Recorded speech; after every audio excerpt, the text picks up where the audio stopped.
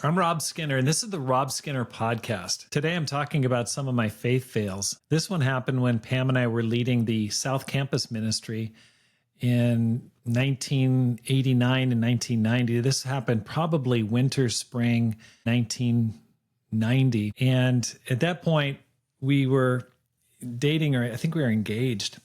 And we were having a park service at San Jose State. And I was preaching the word. I was fired up. We were out there. San Jose is usually always really nice weather. But I'm out there preaching and we don't have a song leader. It's mostly college students. And so I have to step in and lead songs and preach the sermon. Well, I do, and I do the best I can. I'm not super gifted vocally, but I did the best I could.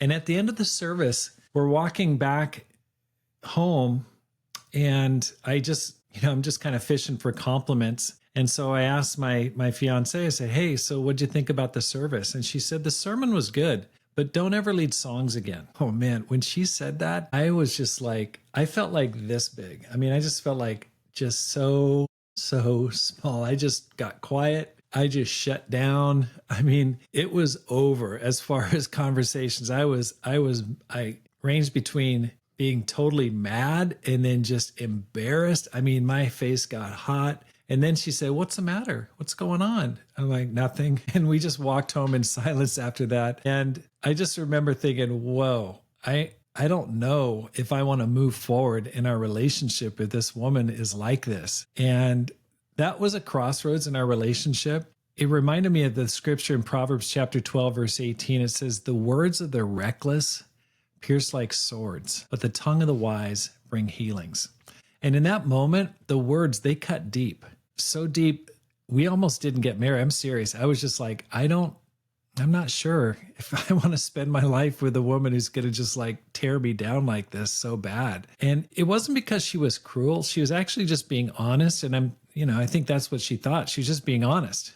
She's just saying, she's just putting it out there, but it was too honest. And I was insecure, too insecure.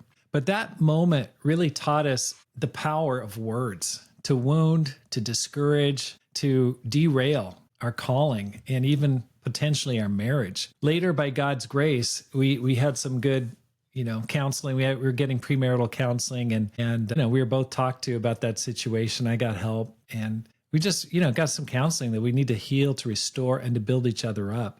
So take a look at your words, especially those that matter to the ones that matter the most, to the people around you. How are they? Are they healing or are they like swords? Sometimes people just feel like, hey, if it's honest, I can say anything. I don't think that's true. I mean, especially with the people that matter the most to you, you got to be so careful because you can literally just bring a person down so bad by reckless words. And she was right. I mean, I never led songs after that point in time, and no one missed me. No one was calling me to join the worship team. My voice was not that good for music, but that wasn't really the issue. The issue was, hey, I needed to know that she could support me and respect me, and that I was going to be in a relationship with someone who could bring the best out of me.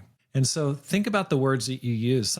I hear people saying things to their husband or to their wives that are quote unquote honest, but are so hurtful. They're just like swords. You're this way. You're this way. They could be right. They could be 100% right, but that's beside the point. You're hurting that person. You're really damaging that person. And some of the ways that we talk with our spouse or with the people that matter the most, we would never say that to a coworker. We wouldn't say it to an acquaintance. We wouldn't say it to a person that we're trying to reach out to.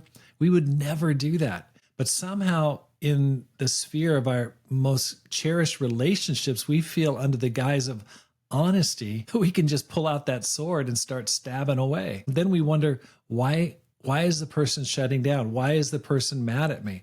I don't get it. And yet it's those reckless words. So take a look. Take care to use your words for healing. Make sure that everything you say is built to build up others, to encourage them for their benefit. Thanks so much for listening.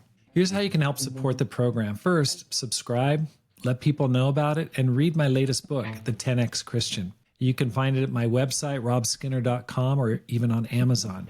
Because my goal is to inspire you to live a no-regrets life, make this life count, and multiply disciples, leaders, and churches. Have a great day, and make this life count.